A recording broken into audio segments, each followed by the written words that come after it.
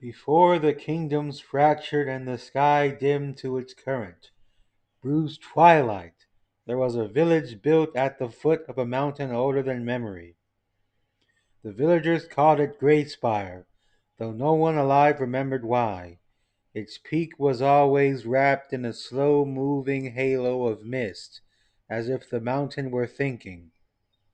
In this village lived Aren, a quiet boy with a strange gift. He could hear things that were not supposed to have voices.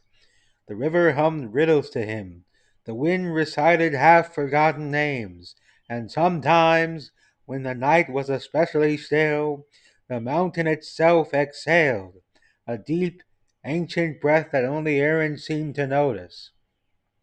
Most dismissed him as a dreamer, but Aaron knew the truth. The world was speaking, and something in its voice had begun to tremble. One dusk, as the sun bled into the horizon, Aaron felt the ground shiver beneath his feet. Not an earthquake, a signal. The mountain inhaled sharply, as if waking from a long sleep, and a single stone at its base cracked open like an egg. Inside was a shard of obsidian, warm to the touch, etched with a symbol that pulsed like a heartbeat. When Aaron picked it up, the world around him fell silent. The river stopped humming, the wind held its breath, even the mountains waited. Then a voice, not heard, but felt, unfurled inside him. The first gate is stirring. Walk, child of Greyspire. The world remembers you. Aaron staggered back, heart pounding. He didn't know what the first gate was. He didn't know why the world had chosen him. But he knew one thing with absolute clarity. This was the beginning of something vast. He wrapped the obsidian shard in cloth, slung a small pack over his shoulder, and stepped beyond the village boundary for the first time in his life. Behind him, the mountain exhaled again, this time with relief. Ahead of him, the path glowed faintly, as if it lit from beneath by a sleeping fire. Aaron walked toward it, unaware that three realms were shifting in response to his first step. Aaron walked until the sky shifted from bruised twilight to a pale, uncertain dawn.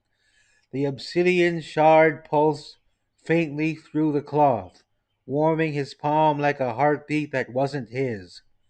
Every few steps, the ground trembled, not violently, but rhythmically, as if something beneath the earth was stirring in time with him. By midday, he reached the old forest that bordered Greyspire. The villagers called it Hallow Root, though no one could agree on why. Some said the trees were older than the mountain. Others whispered the forest had once been a city swallowed by time. Aaron didn't know which was true, but as he stepped beneath its canopy, he felt the air tighten around him. The forest listened. Leaves rustled without wind. Branches leaned inward. The path ahead glowed faintly, the same buried fire he'd seen outside the village. It guided him deeper until he reached a clearing shaped like a perfect circle, too perfect to be natural. At its center stood a stone archway, half buried in moss and roots. It was broken at the top, as if something had shattered it long ago. Yet the space within the arch shimmered faintly, like heat rising from desert sand. Aaron approached, heart pounding. The obsidian shard in his hand vibrated, then lifted slightly, tugging him forward. As he stepped closer, the air thickened. A low hum rose from the ground, from the trees, from the arch itself. Then a voice, the same one that had shaken from the mountain, unfurled inside him again. The first gate remembers you. Aaron froze. I don't understand, he whispered aloud.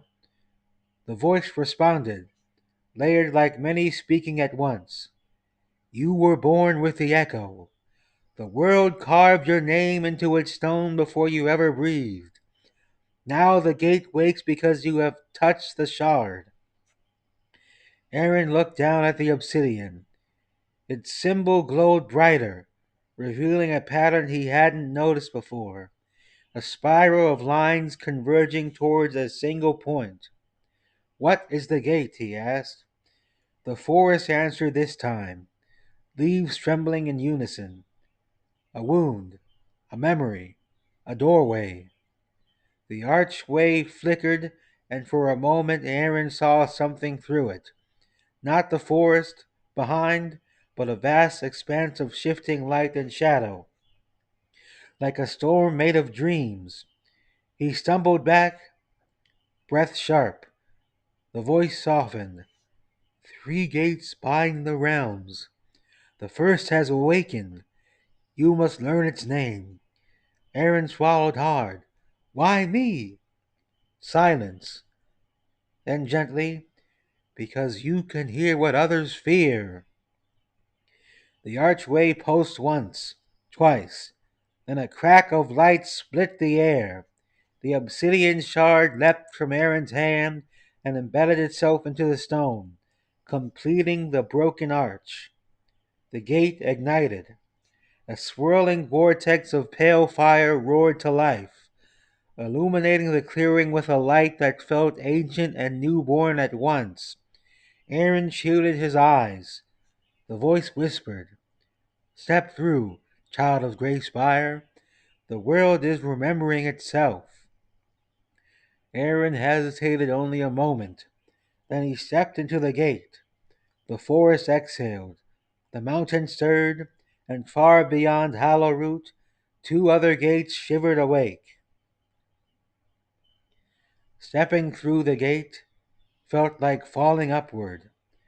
Light folded around Aaron, not bright enough but soft, like the glow behind eyes closed.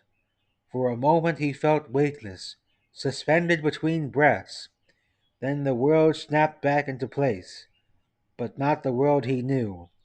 He stood on a plain of pale stone, smooth as glass and warm beneath his feet. Above him stretched a sky that wasn't a sky at all, but a swirling tapestry of colors, blues that hummed, golds that whispered, violets that pulsed like distant drums. The air tasted faintly of metal and memory. Aaron exhaled shakily. Where am I? The answer came not from a voice, but from the ground itself. The stone beneath him rippled, forming symbols that glowed briefly before fading. Welcome, Echo Bearer.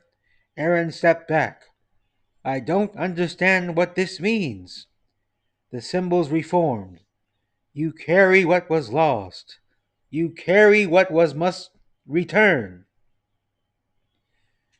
But he could ask more. A figure emerged from the horizon, not walking, but gliding, as if the world rearranged itself to bring them closer. They were tall, draped in robes that shifted like liquid shadow, the face hidden behind a mask carved from translucent crystal.